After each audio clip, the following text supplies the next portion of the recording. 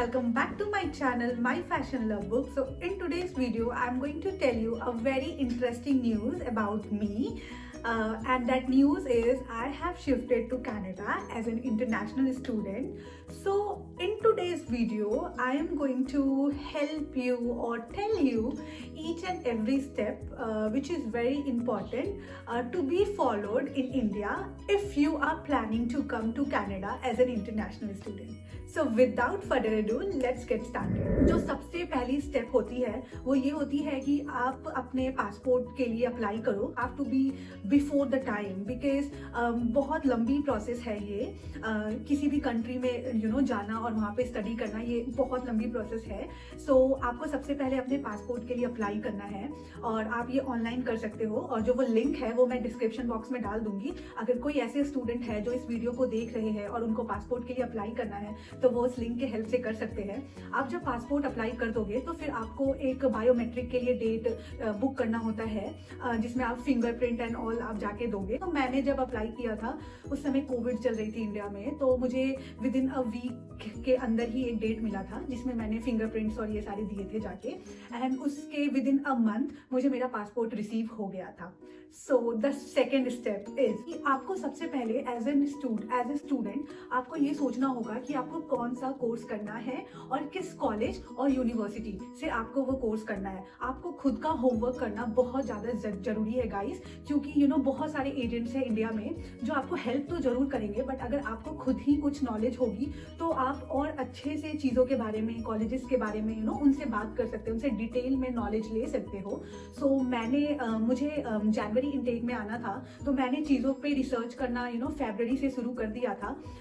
तो जैसे ही मेरी पासपोर्ट आई मुझे दो चीज़ें जाननी थी कि मुझे क्या कोर्स करना है, तो मैंने वो चीज़ें सर्च की. दूसरी चीज़ ये थी कि मुझे किस कॉलेज से करना है.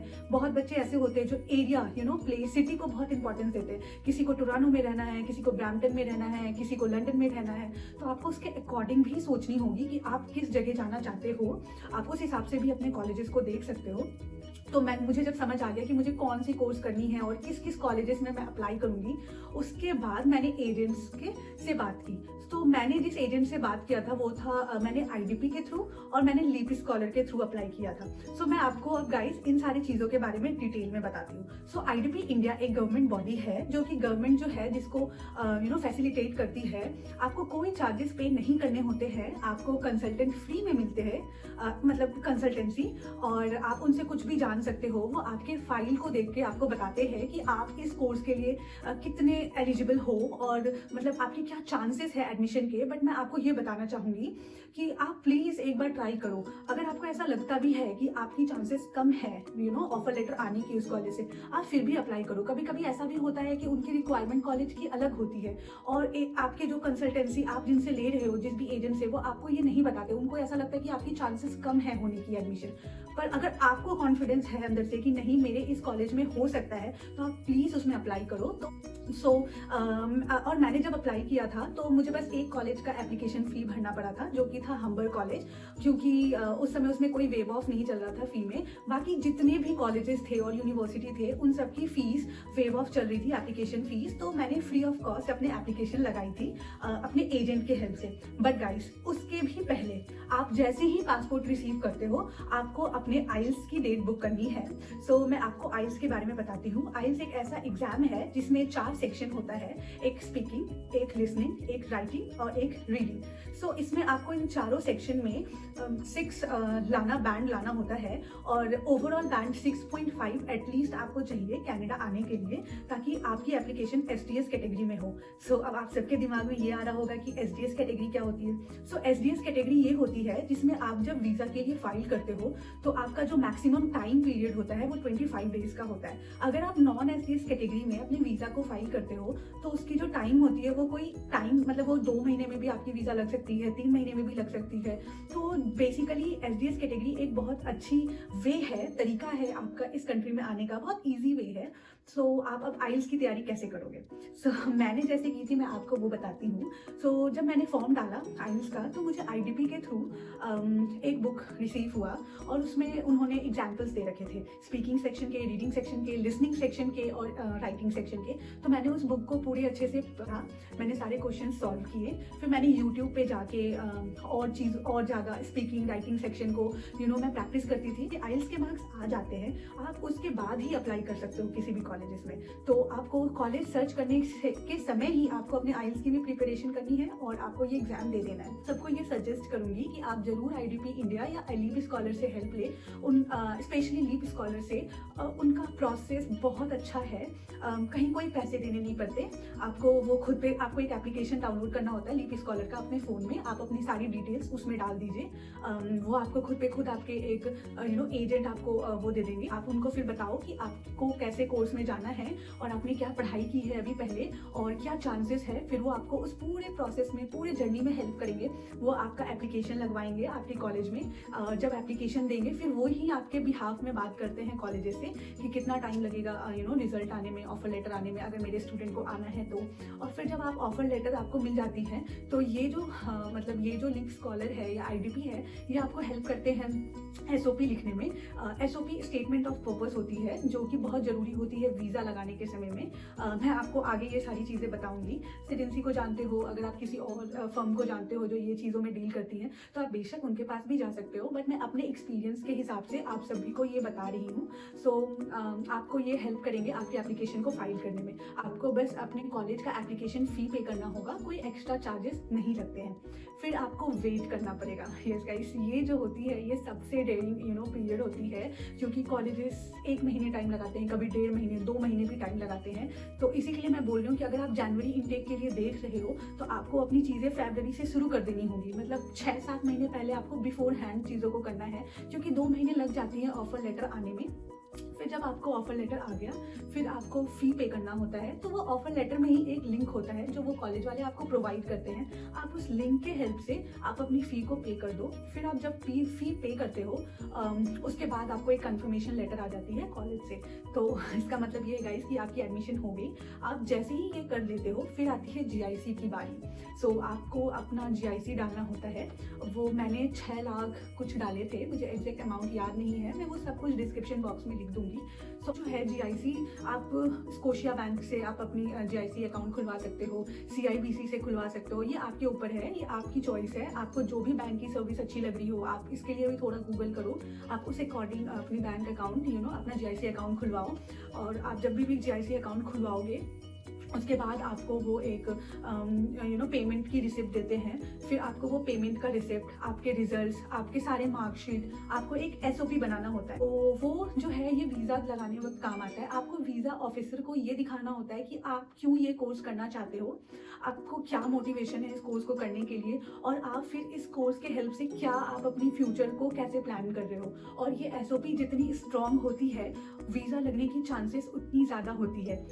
मैंने अपना एसओपी खुद नहीं लिखा था, मैंने लीप स्कॉलर के ही थ्रू करवाया था।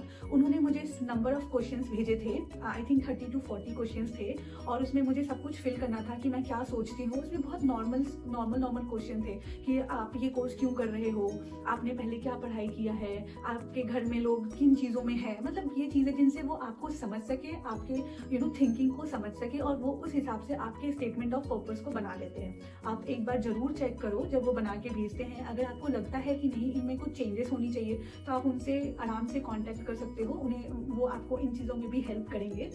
फिर जब आपकी एसओपी बन जाती है, आपने जो भी सर्टिफिकेट है, जो भी आपके पास है, या जो भी डिग्री है आपके पास, आपकी रिजल्ट, आपके पास आपकी डिग्री होनी चाहिए, ये सारी चीज़ें आपकी वीज़ा लगने में के समय में ज़रूरत होती है। तो जो आपके एजेंट होते हैं, बेसिकली जैसे मैं लीप स्कॉलर के बारे में ही बात करूँगी गाइस, क्योंकि मैंने उनसे ही करवाया है अपना प्रोसेस। तो उनके एक टीम थी जो कि वीज़ा के लिए काम करती थी। तो उन्होंने मुझे बताया कि कौन सा फाइल ऊपर लगाना है, उसके बाद कौन से पेपर्स लगाने हैं। उन्होंने मुझे सब कुछ करके दिया था, बस मुझे एक बार चेक करना था कि सारी चीज़ें हैं या नहीं है।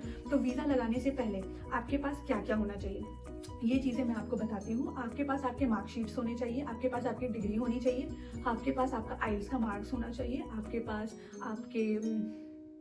आपका पासपोर्ट तो ऑब्वियसली होना चाहिए, ये तो मैंडेटरी है ही। आपके कॉलेज का ऑफर लेटर होना चाहिए और आपके पास SOP होना चाहिए, स्टेटमेंट ऑफ पर्पस होना चाहिए, आपके पास GIC अकाउंट का सारे डिटेल होना चाहिए और फ़ी रिसिप्ट होनी चाहिए कि हाँ आपने 1 साल की फ़ी कॉलेज में पे कर दी है। तो ये सारी चीज़ें आपके पास होनी चाहिए और ये सारी चीज़ें फाइल लगने के समय में वो सबमिट करते हैं। और उसके बाद बहुत ही लंबा प्रोसेस है। आप जब भी वीज़ा लगाते हो, जैसे अभी कोविड की सिचुएशन चल रही है तो प्रोसेस बहुत स्लो है। तो जैसे मैंने सितंबर में अपना वीज़ा लगाया था और मुझे मेरा रिजल्ट दिसंबर में जाके मिला था, जबकि मैंने SDS कैटेगरी में अप्लाई किया था। उसके साइट पे ऐसा लिखा है, उनके साइट पे IRCTC के, कि आपको 25 दिन के अंदर रिजल्ट मिल जाती है, बट अनफॉर्चुनेटली ऐसा नहीं हुआ था। बट फिर भी मैं आप सबको ये सजेस्ट करूँगी कि आप SDS कैटेगरी में ही अपनी फाइल लगाओ, क्योंकि वीज़ा लगने की चांसेस ऑटोमेटिक ज़्यादा होती है SDS कैटेगरी में in comparison to the non SDS category. So मुझे जैसे ही मेरी वीज़ा मिली उसके बाद भी प्रोसेस होता है गाइस। आपको अपना, जैसे ही आपको वीज़ा आया, आपको PPR बोलते हैं, जैसे ही आपको आपकी PPR लगी, आपको अपना पासपोर्ट भेजना होता है प्रिंटिंग के लिए। फिर उस समय जब आप भेजते हो उसके पहले आपके पास एक AWB नंबर आती है। सो मेरे साथ ये हुआ था कि मेरी AWB नंबर आ ही नहीं रही थी, जबकि वो मोस्टली 24 आवर्स में आ जाती है और वो AWB नंबर में ही वो ट्रैकिंग नंबर होता है कि कौन आएगा आपके पासपोर्ट को रिसीव करने के लिए। सो मुझे IRCTC के ऑफिस जाना पड़ा था और उन्होंने मेरी हेल्प नहीं की थी। उन्होंने बोला था कि हम कुछ नहीं कर सकते हैं, आपको वेट करना पड़ेगा, आपको AWB नंबर के लिए वेट करना पड़ेगा। सो उन्होंने मुझे एक चीज़ बताया था उस समय कि मुझे क्यों इतनी लेट AWB नंबर आई है। उन्होंने बोला था कि जब आप फिंगरप्रिंट के लिए आते हो, जब आप पासपोर्ट अप्लाई करते हो, जब आप फिंगरप्रिंट ये सब चीज़ों के लिए आते हो, तो उस समय क्या होता है कि आपको वो पूछते हैं कि आपको प्रीमियम सर्विस चाहिए या नॉर्मल सर्विस चाहिए। तो प्रीमियम सर्विस का वो 3000 और लेते हैं, तो मैंने उस समय नॉर्मल सर्विस ले लिया था। तो वो जो 24 घंटे के अंदर AWB नंबर आता है वो प्रीमियम सर्विस वालों के लिए आता है। बाकी नॉर्मल कैटेगरी को 1 से 7 दिन के अंदर AWB नंबर मिलता है, बट मुझे ये नहीं पता था उस समय। तो मैं नहीं चाहती हूँ कि आप लोगों के साथ ऐसा हो, आप लोगों को ये चीज़ें पता होनी चाहिए। और यस, सॉरी गाइस, मैं एक चीज़ भूल गई, आपको वीज़ा अप्लाई करने से पहले आपको अपना मेडिकल चेकअप करवाना होता है।